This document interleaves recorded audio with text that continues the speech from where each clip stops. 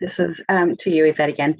Explain the process of working with Lin-Manuel Miranda and the kinds of songs he wrote for Encanto. Do you have a favorite? Working with Lin-Manuel Miranda has been such a treat. I was fortunate enough to work on Moana, and so I got a little glimpse into working with him on that film. But what was special about Encanto is Lin-Manuel came on very early on in the process, and it's not typical that we have our songwriter on so early on. And so he, because he had worked with Jared on Moana and formed this great relationship, and when Byron and Jared talked about doing a musical, Lin, of course, was the right person to bring on, and he was on so early. He was able to go on the research trip with them and really kind of immerse himself in the Colombian culture. And so he's been involved in every single screening that we do, really involved in the story. We would meet with him on a very regular basis and keeping him updated on what was going on in the story. And he would talk about ideas that he had for song, or even for story. And it was such a great collaborative effort with all of us kind of coming together to talk about the songs. And in regards to his song, Lin-Manuel is Lin-Manuel. He's a musical genius, and so it's not, there's no question on kind of when he would deliver a song, we're like, oh, it was such a treat to get it and to be able to listen to what he was able to deliver to the different songs. But every single time a song would come in, I just kind of pinch myself and be like, oh my gosh, this is so amazing. I can't wait to hear what it becomes, because it really is just his demo at his house doing it, and then it would grow into this amazing song that we have in the film. Do I have a favorite? I think I have about 8 favorites. It's a cop-out, I know, but they're all so good. All of the songs are so good in the film. It's hard to pick just one, but I think it depends on what mood I'm in. Fair. I'm going to do one more for you. Describe the look of this film, big picture. How did Colombia inspire the filmmakers? I think you touched on this a little bit, but just a little more.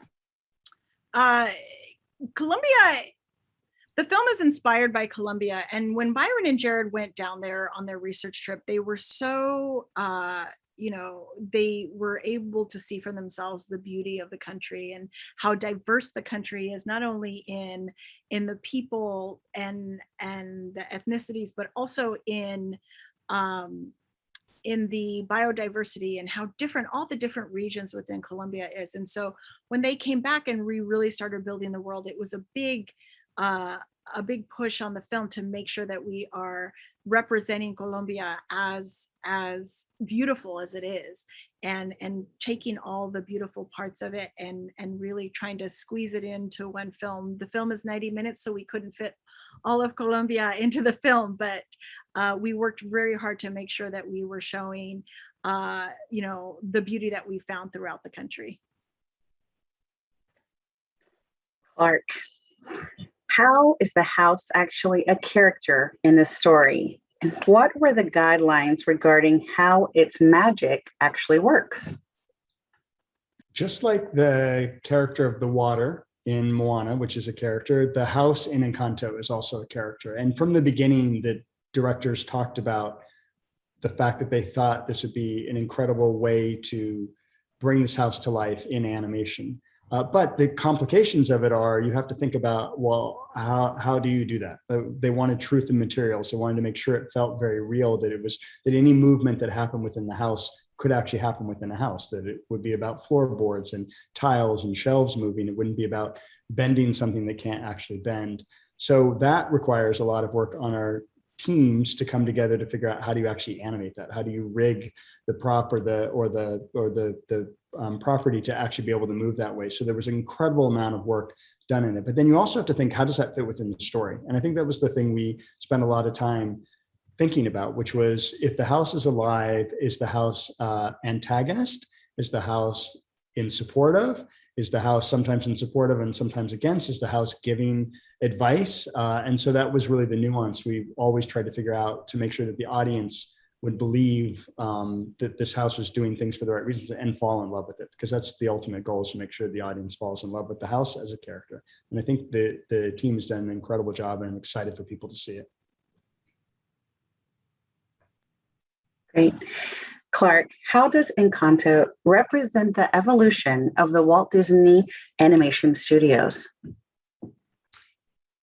Encanto is the 60th animated feature from Walt Disney Animation Studios, which is a pretty incredible thing to think about, that 60 animated feature films have been made over the course of 98 years. And as a piece of that, Encanto is both a reflection of the past and of the future, I think. With respect to the future, and it representing the future of Disney animation and animated films for that in general, it's really tapping into what we can do technically today. I mean, this film is stunningly visual when you see these characters and the diversity of the characters and the diversity of the hair and the textures and the layering of the cloth, all things we couldn't have done in the past. Really, it's showing where we have come as a studio technically. It's also talking about thematically things that are important in today's world, which is family, which has always been important, but understanding and perspective within a family. And if you're a character who believes somehow you don't belong, what does that mean? And how do you figure out who you are in a way that